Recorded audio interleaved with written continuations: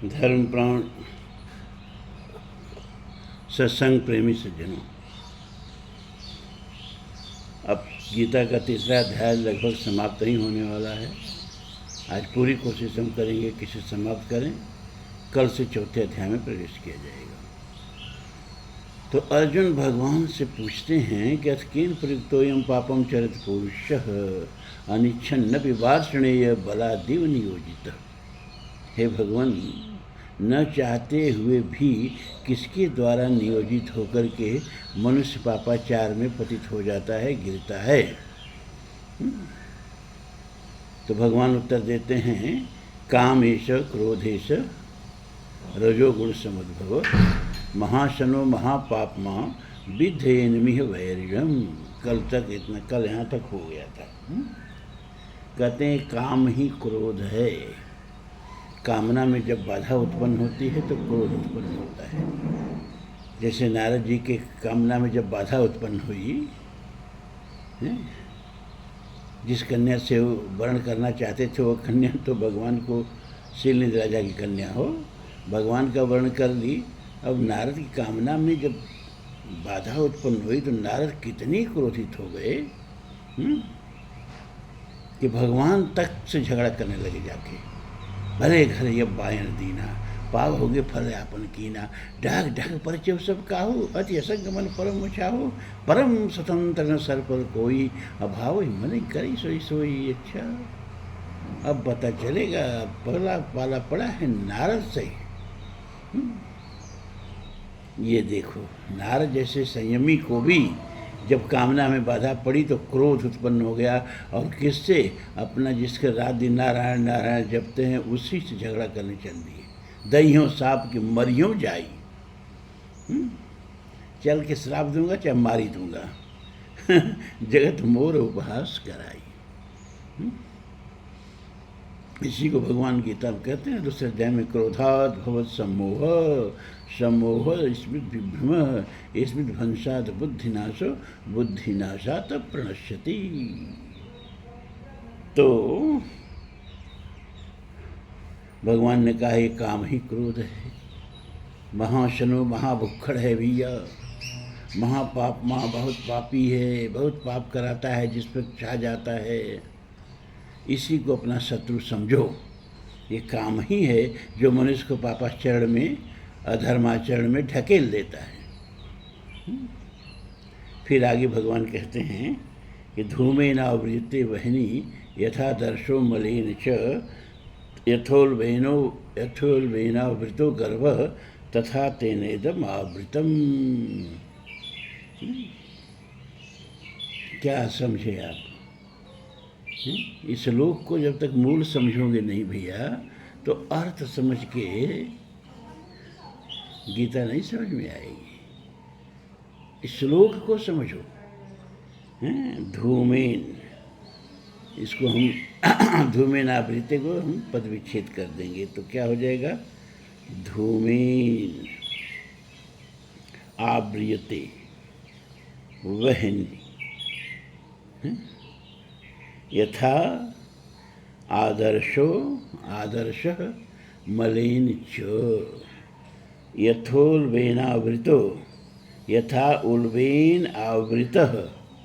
ओ का अ हो जाता है, बताए है ना, गर्भ तथा तेनेदम आवृतम। पद विच्छेद देखिए ध्यान से, दी मत क्या बस हम जो बोले उस पर ध्यान दीजिए।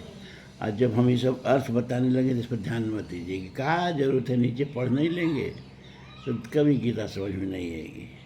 धूमेन माने धूम्र, किसको धुआं नहीं आ रहा है? ये कौन बहुत कठिन शब्द है। आवृत आवृते आवृत आवृत माने ढकना, किसको नहीं आ रहा है? धूमेन आवृयते माने धूम्र से ढका हुआ। वह माने अग्नि होता ही आप लोग जानते हो हैं। यथा माने जैसे, आदर्श आदर्श माने होता है दर्पण। आदर्श माने क्या होता है? दर्पण। मलिन च, जैसे मल से ढक जाता है।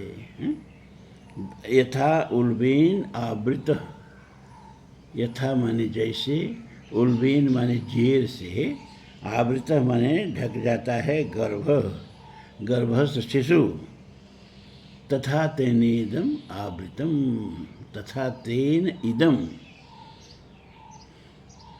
उसी प्रकार मनुष्य की बुद्धि को इदम माने यह काम, आवृत माने ढक लेता है। ध्यान से सुने होंगे तो अब स्पष्ट हो जाएगा इस श्लोक का। धूमेन आवृयते वहनी यथा दर्शो मलिन च। भगवान अर्जुन से कह रहे हैं कि जैसे अग्नि को धूम्र उसकी चमक को आच्छादित कर लेता है, और जैसे दर्पण को उस पर लगी हुई मैल दर्पण को ढक लेती है, उसको आवृत कर लेती है, ढक लेती है, और जैसे गर्भ में उल्बेन से, जेर से बच्चा ढका रहता है, उसी तरह से यह काम जो है मनुष्य के ज्ञान को ढक लेता है, आवृत कर लेता है। ठीक है। अब देखो, कामनाएं 3 प्रकार की हो सकती हैं। सतोगुणी कामनाएं, रजोगुणी कामनाएं, तमोगुणी कामनाएं। सतोगुणी कामनाएं भी कामना ही है। ये तीनों गुण बांधते हैं। ये नहीं कि सतोगुण है तो बहुत अच्छा है। अरे बंधन तो बंधन है, चाहे लोहे का हो चाहे सोने का हो। इसीलिए भगवान दूसरे अध्याय में अर्जुन से कहते हैं, त्रय गुण्या विषया वेदा निस्त्रय गुण्यो भवार्जुन निर्द्वंद्वो नित्यस्वस्थो निर्योगक्षेम आत्मवान। तीनों गुणों से ऊपर उठने की बात कहते हैं, आत्मवान बनने की बात कहते हैं। न धनवान, देखो गीता जो है ना, धनवान बनने की कला नहीं सिखाती। गीता जो है बलवान बनने की कथा नहीं सिखाती। गीता जो है श्रीमान बनने की भी कला नहीं सिखाती। गीता आत्मवान बनने की कला सिखाती है। आत्मवान बनो अर्जुन। तीनों गुणों से ऊपर उठना है तो सतोगुण भी बंधनकारक है, लेकिन उसका बंधन हल्का होता है। जैसे अग्नि को धुआं आवृत कर लेता है, लेकिन हल्की सी हवा भी आए ना तो धुआं हट जाता है, अग्नि चमकने लगती है। यथा आदर्शो मलिनीचो। अब जैसे दर्पण है, दर्पण पर मैल जम जाए, ये रजोगुणी कामना का वर्णन यहाँ है। सतोगुणी जो कामना है वह ज्ञान को बहुत देर तक आवृत नहीं कर पाती है। साधना के हल्के फुल्के प्रयास से भी सतोगुणी जो विक्षेप है ना ज्ञान पर, वो दूर हो जाता है। लेकिन रजोगुणी विक्षेप जो है, रजोगुणी मतलब एक बहुत कर्म करने की लालसा, संसार को अपनी मुट्ठी में पकड़ लेने की लालसा।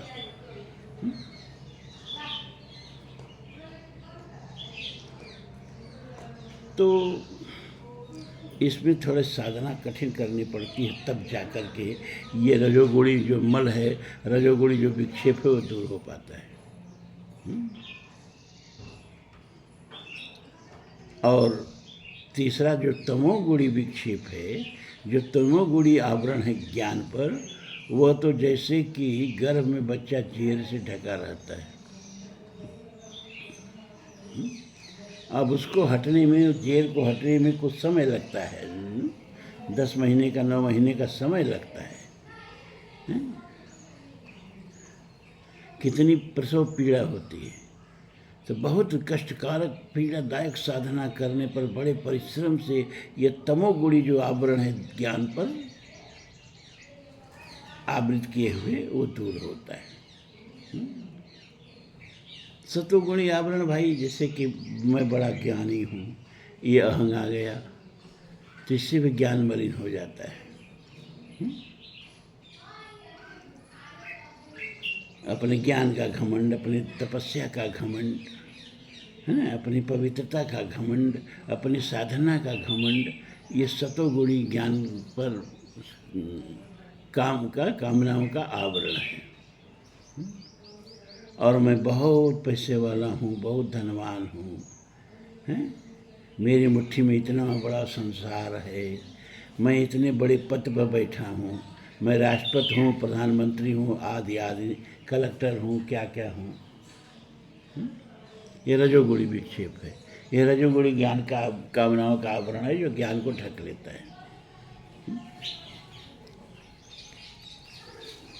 और यथा उर्वेन आवृत गर्भ, जैसे जेर झिल्ली में बच्चा रहता है ना, अब लिक्विड होता है भरा हुआ, उसी में रहता है। तो न बच्चा दिखाई देता है, न आवरण दिखाई देता है, और प्रकट होने में बच्चे को 9 महीना लग जाता है। इसी तरह से जब तमोगुणी विक्षेप हो जाता है ज्ञान पर, तमोगुणी मैल जब बैठ जाता है ज्ञान पर, तमोगुणी आवरण जब हो जाता है ज्ञान पर, तो बड़ी मेहनत से, बड़ी कठिनाई से होता है दूर। अब कोई शराबी है, उसको शराब छुड़ाने में कितना मेहनत पड़ती है बताइए। कोई ड्रग लेने लगा, ड्रग, घर का भी सामान बेच डालता है। अब उसको ड्रग छुड़ाने में, उसको सही लाइन पर लाने में कितना मेहनत पड़ता है। ये सब तमोगुणी विक्षेप है, ठीक है। अब अगर श्लोक देखिए 39वां, आवृतम ज्ञान मेतेन ज्ञानिनो नित्य वैरिणा काम रूपेण कौन्तेय दुष्पूरेणानलेन च। आवृतम ज्ञानम एतेन, पद विच्छेद करते हैं, ज्ञानिनः नित्य वैरिणा काम रूपेण कौन्तेय दुष्पूरेण अनलेन च। आवृतम माने वही ढकना, ज्ञानम माने ज्ञान, एतेन माने इस काम से, काम के लिए एतेन शब्द आया है।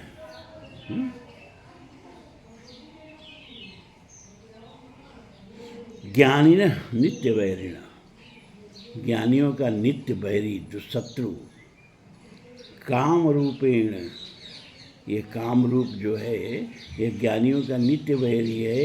हे कुंती पुत्र अर्जुन, कौन्तेय माने कुंती पुत्र अर्जुन, दुष्पूरेणानलेन च, यह दुष्पूरेण अनलेन च। दुष्पूरेण माने जिसको जल्दी पूर्ति न हो सके, अनल माने आप अग्नि जानते ही हो, अनलेन माने वही अग्नि हो, अनलेन च। अब जब इस श्लोक के एक एक शब्द का अर्थ आने लगा, तो अब जब हम अर्थ बताएंगे तो जल्दी समझ में आ जाएगा। आवृतम ज्ञानम एतेन ज्ञानिनो नित्य वैरिणा, ज्ञानियों का नित्य शत्रु यह जो काम है, उससे ज्ञानियों का ज्ञान ढक जाता है। काम रूप जो ये सब ज्ञानियों का शत्रु है, काम रूप मैंने काम रूप जो ज्ञानियों का शत्रु है, इससे ज्ञानियों का ज्ञान ढक जाता है। और यह काम जो है, कामनाएं जो हैं, दुष्पूरेणान अनलेन च, जैसे अग्नि में जितना ईंधन डालो, अग्नि उतनी बुझेगी नहीं, प्रज्वलित होती जाएगी। इसी तरह कामनाओं में जितना भी सांसारिक वस्तुओं का हवन करो, ये कामनाएं और भटकती जाती हैं। मैथिली शरणगुप्त ने लिखा कि लोग जाते जाते भी कुछ और देख जाना चाहते हैं, मुदती हुई भी खुली आंखें रह जाती हैं। हरवंश राय बच्चन ने लिखा कि सिंधु त्रिषादि किसने रचकर बिंदु बराबर मधुशाला। ये काम जो है ना, ये अगस्त की प्यास है, पूरे समुद्र को सूख जाने की प्यास है, और इस प्यास को बुझाने के लिए पूरा संसार जो है ना, ओस के एक बूंद की तरह है। इतना समझ लो। किसी की शांत हो सकी अब तक साकी पीकर किस ओर की ज्वाला। मेरी कविता है, अगस्त की प्यास लिए जिंदगी यहाँ पर रही, सागर से उम्र कहाँ से ढूंढ लाए हम। ये जो काम है ना, ये कभी इसकी पूर्ति नहीं होती है, और मरते मरते भी आंखें खुली रह जाती हैं। यही ज्ञानियों का नित्य बैरी है। और दुष्पूर्वेरन अनिल च। जैसे अग्नि में जितना ईंधन डालो अग्नि की भूख और बढ़ती जाती है, वैसे ही ये कामनाओं की पूर्ति में जितनी संसार की आहुति डालो ये और धधकता जाता है, काम और तीव्र होता जाता है। अब आगे का श्लोक देखें 40वां। इंद्रियाणि मनोबुद्धिर अस्य अधिष्ठानम उच्यते एतैर्विमोहत्यशेष ज्ञानमावृत्य देहिनम। अब पहले इसको एक एक शब्द को पहचानिए। नीचे जो अर्थ दिया है ना उसको पढ़ने से काम नहीं चलेगा। इंद्रियाण मनो का मन हो जाएगा, बुद्धि अस्य बुद्धिरस्य, तो विसर्ग जो है र में बदल गया है, तो जब हम पद विच्छेद करेंगे तो बुद्धि विसर्ग आ जाएगा और र जो है अ में बदल जाएगा, तो बुद्धि अस्य अधिष्ठानम उच्यते। इंद्रियाण मन बुद्धि अस्य अधिष्ठानम उच्यते एते विमोहयति एष विमोहत्यतेष, इसका पद विच्छेद करेंगे तो एते विसर्ग जो आसमानी रो बन गया है ना उसमें ऊपर वो पर वो हट जाएगा तो विसर्ग हो जाएगा एते विमोहयति, फिर एष तेष एष में बदल जाएगा, ज्ञानम आवृत्य देहिनम। अब इसमें कौन सा ऐसा शब्द है जिसका मीनिंग आपको नहीं आ रही, देखने में कठिन लग रहा है, पद विच्छेद कर दो तो सब सरल है। इंद्रियाण माने इंद्रियां, मन माने मन, बुद्धि माने बुद्धि, अस माने इसका, अधिष्ठान माने शरण स्थल, उच्चते माने कहा जाता है। उच्चते माने जिसे कहने तो श्री भगवान उवाच नहीं देखते हो, उवाच माने बोलना कहना है। तो इंद्रियां मन बुद्धि इसके शरण स्थल, अधिष्ठान माने शरण स्थल कहे जाते हैं। एते विमोहत्येष, एते विमोहयति एष ज्ञानम आवृत्य देहिनम। अब अर्थ देख लीजिए, अर्थ समझ में आ जाएगा। इंद्रियां मन बुद्धि इसके शरण स्थल कहे जाते हैं, यहाँ से कामनाएं उत्पन्न होती हैं। इंद्रियों ने कोई सुंदर दृश्य, नेत्र ने कोई सुंदर दृश्य देखा, किसी सुंदर स्त्री को देखा, किसी सुंदर कोई वस्तु को देखा, अब ये वस्तु मुझे मिलनी चाहिए। इंद्रियों में ऐसे काम उत्पन्न होता है। इंद्रियां भी कामनाएं बटोर लाती हैं। मन, इंद्रियों के साथ मन जुड़ गया और मन भी दृढ़ कर लिया, हाँ ये वस्तु मुझे मिलनी ही चाहिए। अब ये दोनों बुद्धि के पास पहुँचे। अरे भाई, इंद्रियों ने कहा हमने कितनी सुंदर वस्तु देखी है, मन ने गवाही भर दी। अब बुद्धि से पूछ रहे से कि कोई युक्ति बताओ कैसे उसे प्राप्त किया जाए। अब बुद्धि जो है अब वो युक्ति में लग गई कि वो वस्तु कैसे प्राप्त किया जाए। तो मन देखो, इंद्रियों में काम बैठा पहले, फिर मन में बैठा, फिर बुद्धि में बैठ गया। तो ये इनके तीन शरण स्थल भगवान बताते हैं। एते विमोहयत एषः, यह काम जो है इन्हीं तीनों जगह पर बैठ करके मनुष्य के ज्ञान को, ज्ञानम आवृत्य देहिनम, देहिनम माने मनुष्य,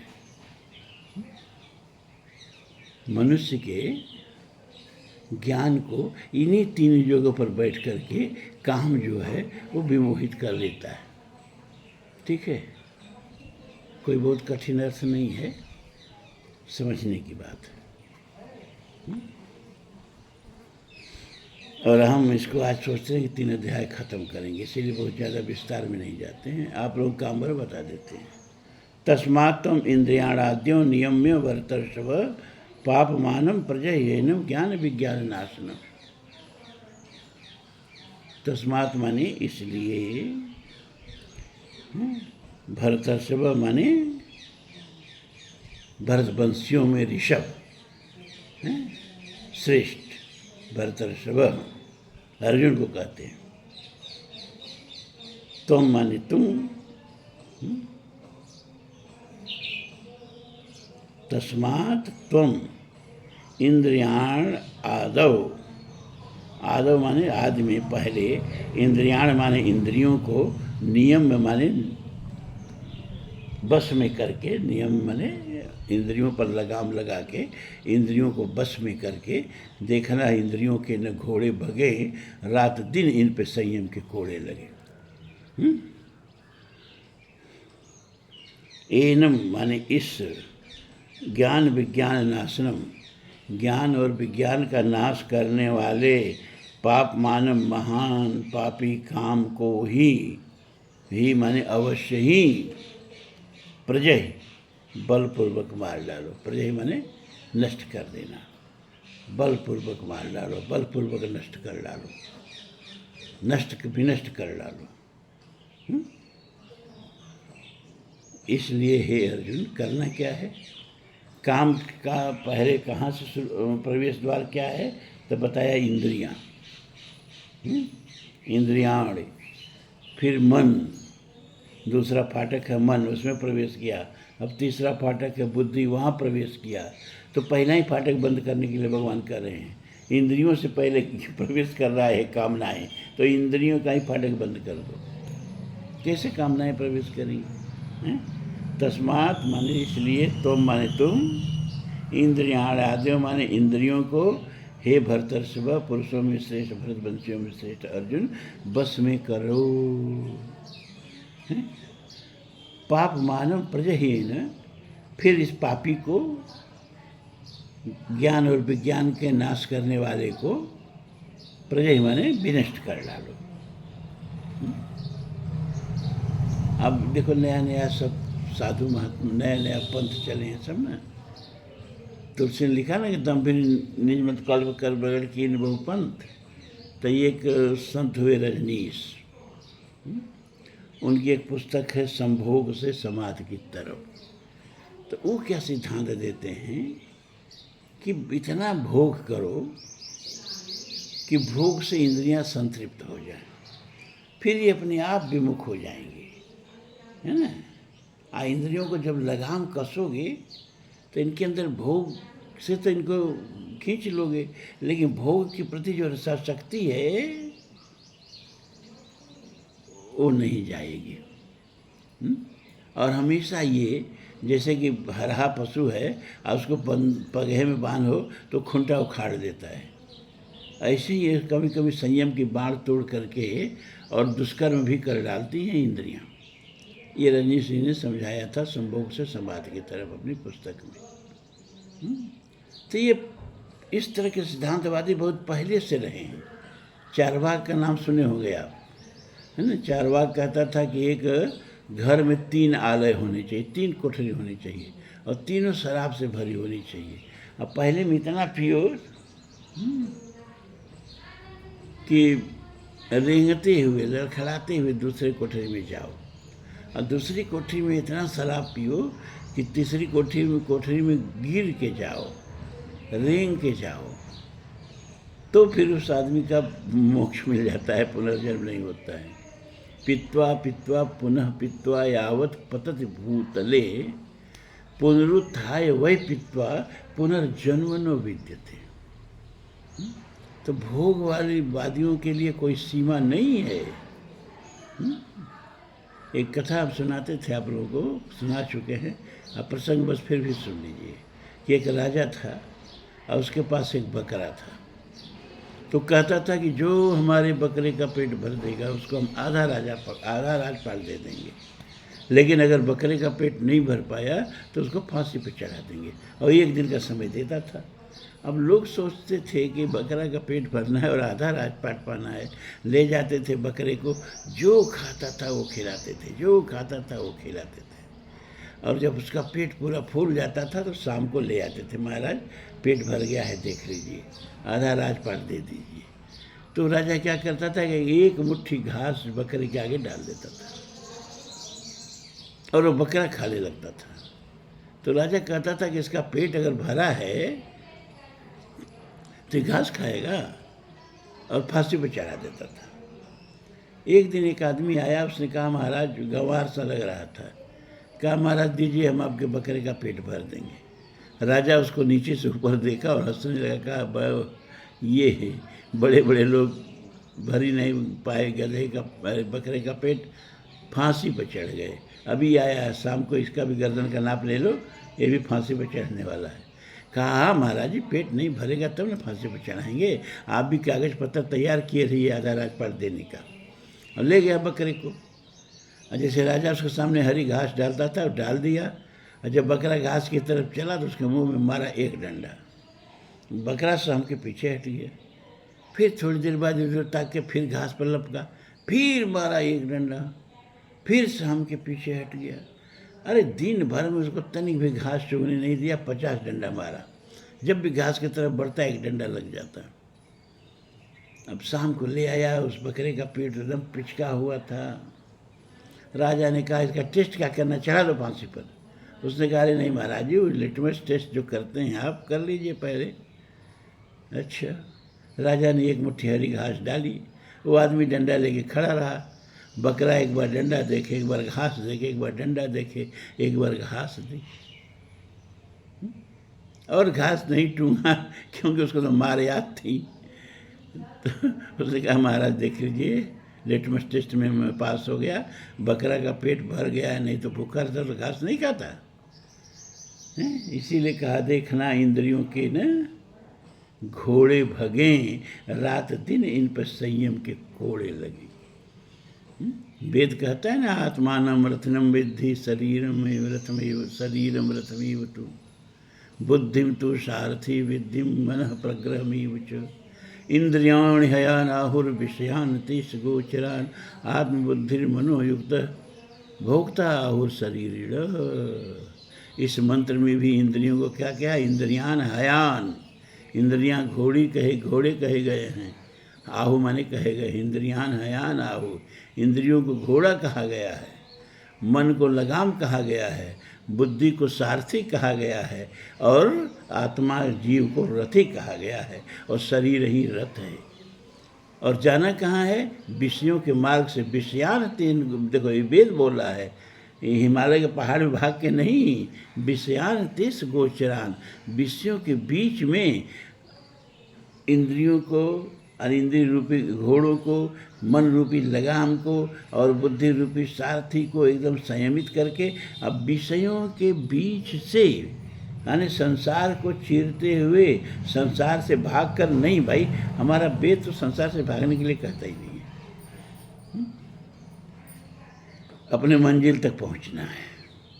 ठीक है, तो वहीं इसमें समझा रहे हैं कि इसलिए तुम पहले प्रवेश कहाँ से, कामनाओं की ओर, इंद्रियों से। तो इंद्रियों के द्वार को बंद करो, इंद्रियों को नियम में करो, बस में करो, और इस ज्ञान विज्ञान रूपी काम को मार डालो।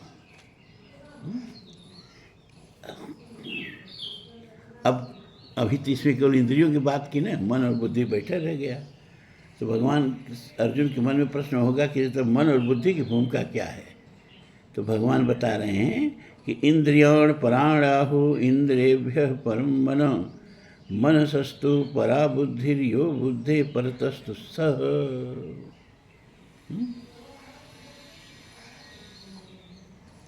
इंद्रियाण माने इंद्रियां, पराण, हम इसका पद विच्छेद कर रहे हैं। देखिए, पराण आहु इंद्रियभ्य परम मन मनसस्तु मनसः तु परा बुद्धि यो बुद्धे परतस्तु सह।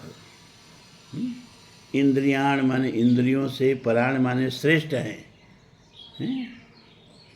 पराण उपसर्ग लगा दो तो उपराण हो जाएगा, ऊपर है।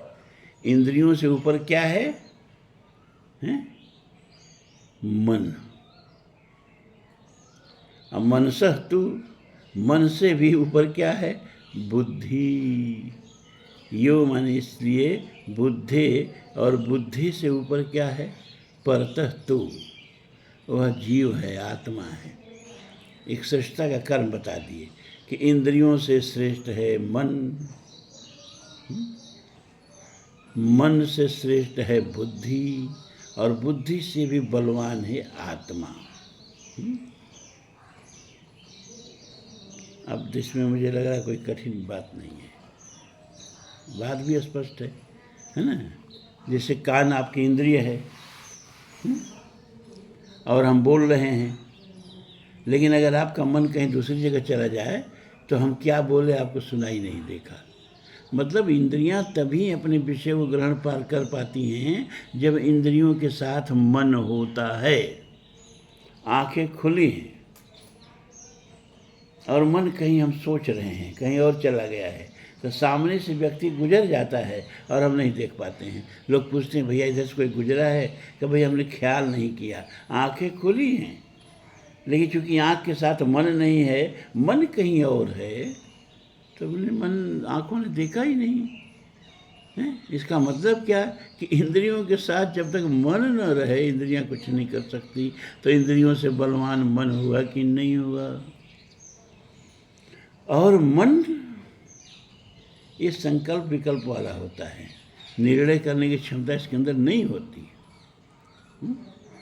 तो निर्णय करने की क्षमता जो है वो बुद्धि के अंदर है। मन के नाश होने से व्यक्ति का नाश नहीं बताया भगवान ने, हैं? बुद्धि नाशात प्रणश्यतु प्लसति, बुद्धि के नाश से व्यक्ति का नाश बताया।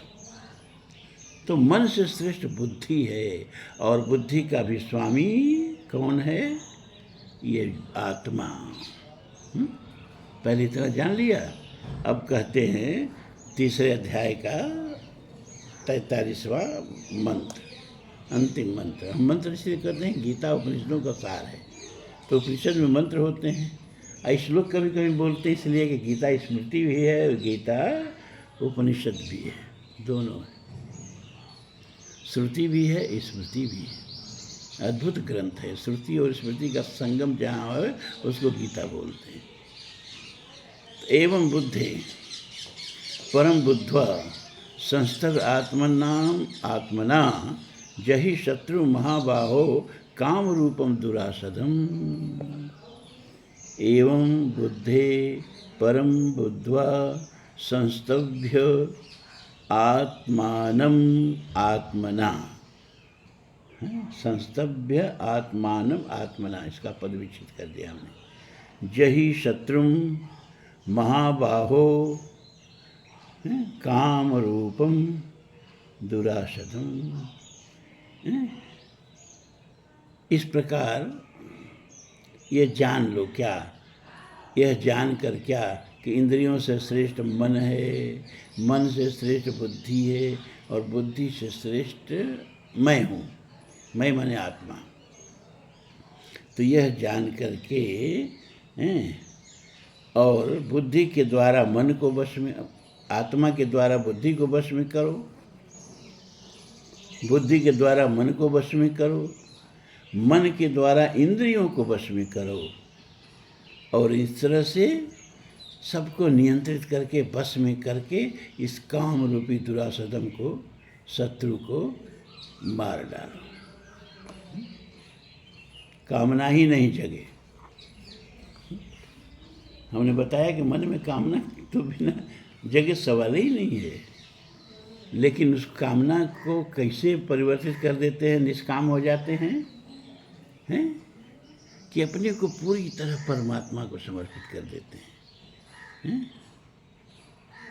जैसे भरत हृदय श्री राम निवासो, भरत के हृदय में भरत है ही नहीं, भरत के हृदय में परमात्मा बैठा है। हनुमान जी के हृदय में हनुमान जी है ही नहीं। जासु हृदय आगार बसहि राम सर चापधर, प्रणव पवन कुमार खल बन पावक ज्ञान घन, जासु हृदय आगार बसहि राम सर चापधर। तो जब परमात्मा हृदय में बसा तो सारी कामनाएं तो भीतर से ही होनी नहीं है। अब भीतर, अब जहाँ मैं तहाँ मैं नहीं, जहाँ अहम रहता है वहाँ परमात्मा नहीं, और जहाँ परमात्मा रहता है वहाँ अहम नहीं। तो जब परमात्मा हृदय में बस गया तो अहम निकल गया। तो कामना तो होगी, लेकिन वो कामना परमात्मा बैठे कर रहा है और उसका उत्तरदायी परमात्मा है। हमने तो पूरा शरीर, पूरा अंतःकरण, पूरा अपने को समग्रता के साथ प्रभु के चरणों में सौंप दिया। अब सौंप दिया इस जीवन का सब भार तुम्हारे हाथों में। तो अब जो भी ईश्वर जी के द्वारा हो रहा है उसका उत्तरदायी परमात्मा है। तो कामना के बिना तो काम होगा ही नहीं कोई भी। प्रयोजन मनुद्देश्य मंदो अपनी न वर्तते, लेकिन वह काम कैसे हो रहा है? ब्रह्मण आधाय कर्माण। अब वो ब्रह्म को आधाय होके ब्रह्म के लिए हो रहा है, ब्रह्म के पित्यर्थ हो रहा है, ब्रह्म के हाथ का टूल्स बन के, औजार बन के हो रहा है। समय आप लोगों का हो गया और आज तीसरा अध्याय भी हम सोचा था कि आज ख़त्म करेंगे। अब कल से चौथा अध्याय शुरू होगा। आज इतना ही। आप लोगों को बहुत बहुत आशीर्वाद।